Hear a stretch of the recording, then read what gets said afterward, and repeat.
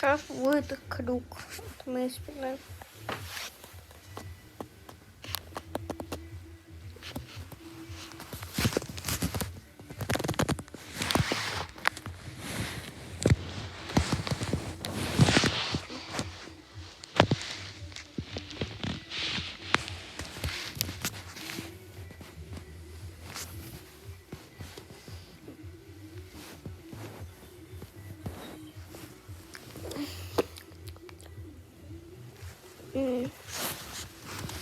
Был круг. Давайте услышим.